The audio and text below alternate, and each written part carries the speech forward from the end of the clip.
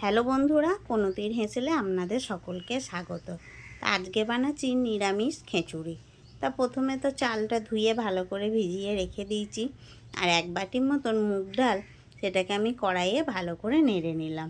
তো ওই বাটিরই আমি 1.5 বাটি গোবিন্দভোগ চাল নিয়েছি। এবার একটা কড়াই বসিয়ে দিয়েছি। কড়াই বসিয়ে সমস্ত সবজিগুলো সুন্দরভাবে ভেজে নেব। তো প্রথমে আলুটা লবণ হলুদ দিয়ে ভেজে নেব। আর এইদিকে ভাজতে ভাজতে আমি পাশের আরেকটা কড়াইয়ে সমস্ত সবজিগুলো ভেজে নিয়েছি, যেমন কাজু কিশমিশ, গাজর, বিনস, ক্যাপসিকাম, ফুলকপি।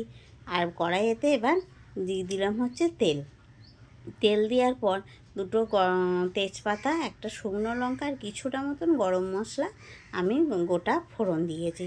একটু নেড়ে নেওয়ার পর দিয়ে দিলাম গোটা জিরেটা নেড়ে নেওয়ার পর দিয়ে দিলাম গ্রেট করা হচ্ছে আদা। এবার ওটাও একটু নেড়ে নেওয়ার পর আমি যে মুগ ডালটা ভেজেছিলাম সেটা ভালো করে ধুয়ে দিয়ে দিলাম কড়াইয়ের ওপর দিয়ে একটু সামান্য হলুদ দিয়ে ওটাকে আমি ভালো করে নাড়াচাড়া করে ভিজিয়ে রাখা গোবিন্দভোগ চালটা দিয়ে দিলাম। চালটা দিয়েও আমি খানিকক্ষণ নাড়াচাড়া করে এবার দিয়ে দেবো পরিমাণ মতন জল দিয়ে আমি লবণ দেবো। তবে এটা পরিমাণ বলা চলে না, খিচুড়ি ফুটতে ফুটতে যদি জল লাগে আমি আরেকটু জলও দেবো। তা আলু দিলাম আর দিলাম পিস কাঁচা লঙ্কা চিড়ে। আমি বেশি ঝাল দেবো না, কারণ বাড়িতে বাচ্চারা আছে, তো বেশি ঝাল দিলে ওরা আবার খেতে পারবে না।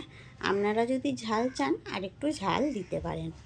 এবার আমি বললাম না ফুটতে লাগলো, তা ফোটার এতে আরেকটু জল আর সব সবজিগুলো দিয়ে দিয়েছি। দিয়ে খানিকক্ষণ নাড়ার পর আমি দিয়ে দিলাম হচ্ছে মিষ্টি দিয়ে নেড়ে চেড়ে খিচুড়িটা প্রায় হওয়ার মুখেই আমি দিয়ে দিলাম ধনেপাতা কুচি, দিয়ে দিলাম কাজু কিশমিশ দিয়ে আরও 2-4 মিনিট ফুটিয়ে নেওয়ার পর আমি দিয়ে দিলাম হচ্ছে ঘিটা দিয়ে আমি খিচুড়িটা খানিকক্ষণের জন্য ঢাকা দিয়ে রাখবো। ঢাকা দেওয়ার পর দেখুন প্লেটে সাজিয়ে নিয়েছি সমস্ত রকমের ভাজাভুজি দিয়ে খিচুড়ি। এইভাবেই বাড়িতে সকলকে পরিবেশন করবেন। আর আমার ভিডিওটা ভালো লাগলে অবশ্যই আমার চ্যানেলটা সাবস্ক্রাইব করবেন।